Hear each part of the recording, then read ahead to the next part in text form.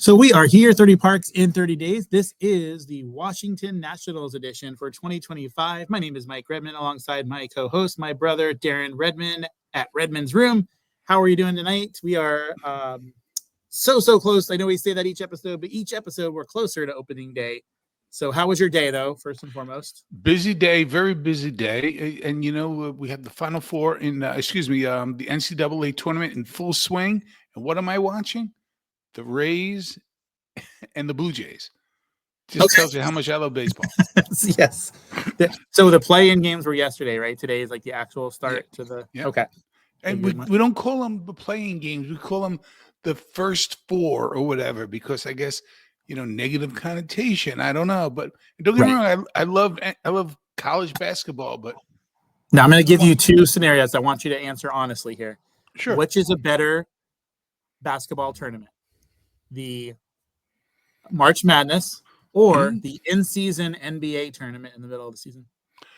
Okay, let me kind of put in perspective. When you're walking down the street alone and you see kids playing hopscotch, that's better than the NBA in-season tournament intramural nonsense. That is the most ridiculous thing. When you have to overpay people to try, it makes you sneeze. It's just terrible. Yeah. Give me March Madness any day. Yes. And you might be asking, if you're watching, what does this question have to do with the Washington Nationals? Absolutely nothing. But we are going to tell you about our sponsor here at Nashville Tax Solutions. Darren, if you wouldn't mind sharing with our listeners before we get into the good stuff. Attention, Palm Bay and Fort Pierce. Are you struggling with tax issues? Whether you're behind on filings, dealing with a lien, or just need expert guidance, Nashville Tax Solutions here to help.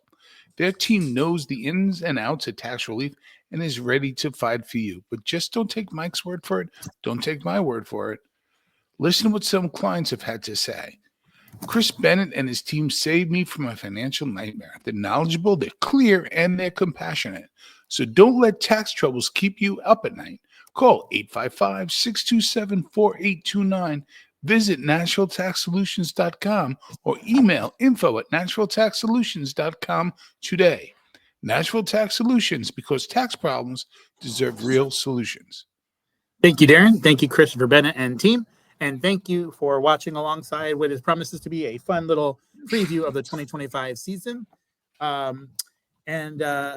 So we are going to preview the 2025 Washington Nationals. They are in a division where I think anyone with a baseball mind has them already penciled in fourth. Like it's 100% already happened. They're fourth place. Unfortunately, fair or not fair, that's where everybody sees the Washington Nationals. They're a step ahead of the Marlins, but nowhere near the top three. However, crazier things have happened, and some teams that made it last year, aka the Detroit Tigers, have proven that nothing is for sure. So let's take a look here of this Washington Nationals team.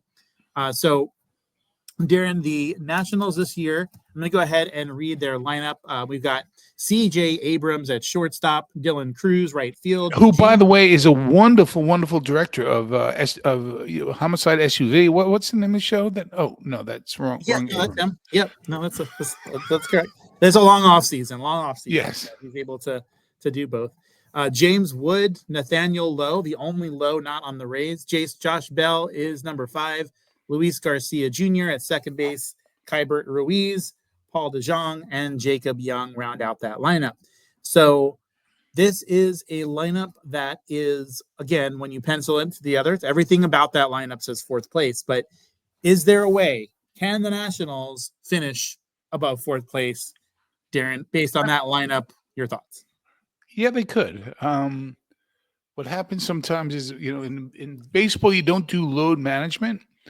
But you come in and you say, okay, here's where I could rest some of my players, and they could sneak some wins, get on a roll. Some people play a little above what you think they're going to do. They can catch some teams asleep, at least early in the season. But when the games really matter, but all games should matter. Barring injuries, no, they're fourth place. Yeah, unfortunately, the Nationals actually hit the fewest home runs in the National League last year. they did add Josh Bell and Lowe to the lineup, hopefully to get some more pop in there. They're not great batting average guys, but they are good pop guys. So anything's potential there. But I'll go ahead and read to you that rotation for the 2025. This is a rotation that has 2 left-hand pitchers in the rotation. So already a check there.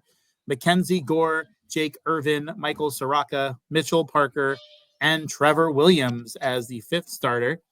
So my notes here say that the Nationals rotation is deep this season. I was forced to say that. No, so they have some other people on coming up, DJ Hertz and Shinsuke Ogasawa, but they're on the way. So all things are good. But all seriousness, that rotation again says 4th place to me. But prove us wrong. They might. You never know. That's why we play the game. Injuries to any of those 3 other teams, anything could happen. But when I think ace of a rotation, Mackenzie Gore does not come to mind. But any thoughts on that rotation? Well, they have a Seaver coming up, in the minor leagues right now. Seaver King, not a Tom Seaver. His name's actually Seaver King. So close. So close, and he's a shortstop. So that's another thing that he doesn't even pitch. But we've been through. We can kind of joke around a little bit, but we've been through this before with the Mets, and that's really the only way you can rebuild is to actually commit yourself to rebuilding. And they have a wonderful fan base.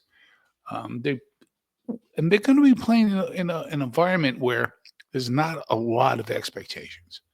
So, what did they get? 71 wins last year, somewhere around there. They'll probably do the same, if not worse.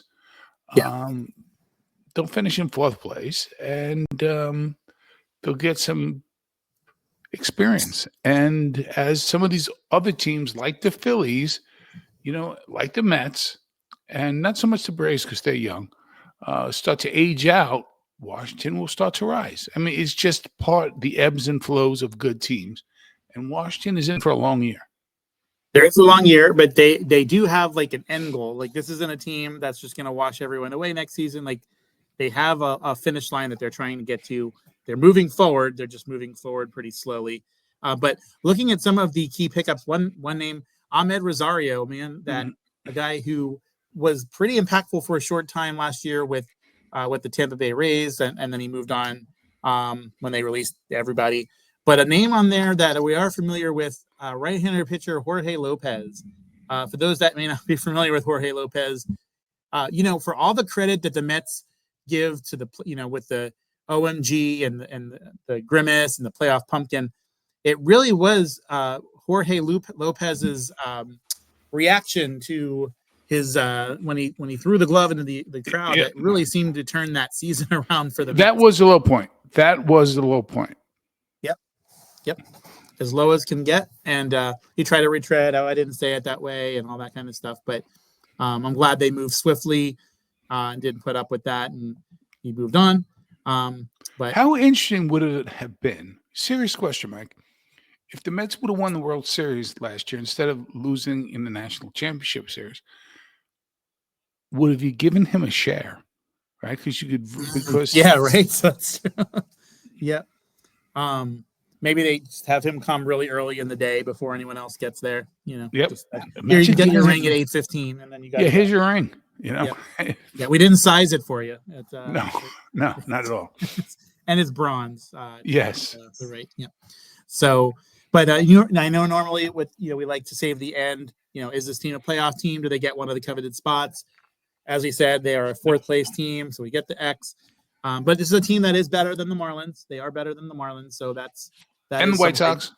And the White Sox. Yep, that is impressive.